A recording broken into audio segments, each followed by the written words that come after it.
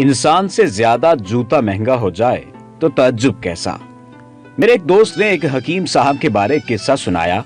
हकीम साहब के एक मरीज थे जो साल साल से हकीम साहब से इलाज करवा रहे थे, लेकिन अफाका नहीं हो रहा था। दवाई से कुछ दिन के लिए आराम आ जाता, मगर जैसे ही दवाई खत्म होती फिर बीमार पड़ जाते। इस दौरान हकीम साहब का बेटा जवान हो गया और पढ़ लिख कर डॉक्टर बन गया। एक बार हकीम साहब किसी काम से दूसरे शहर गए हुए थे। उनके बाद उनका दायमी मरीज दवाई लेने आ गया।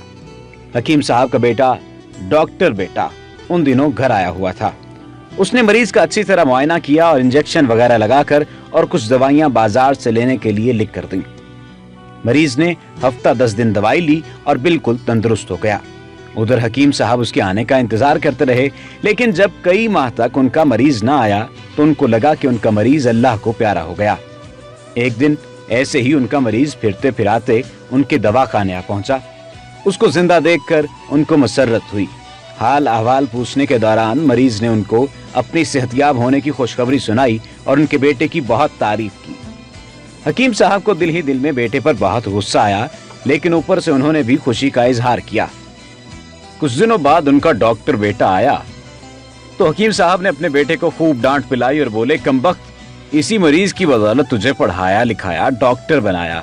अभी तेरी बहन की शादी भी करना थी, तूने पहले ही मेरे बिजनेस का अहम बंदा जाया कर दिया।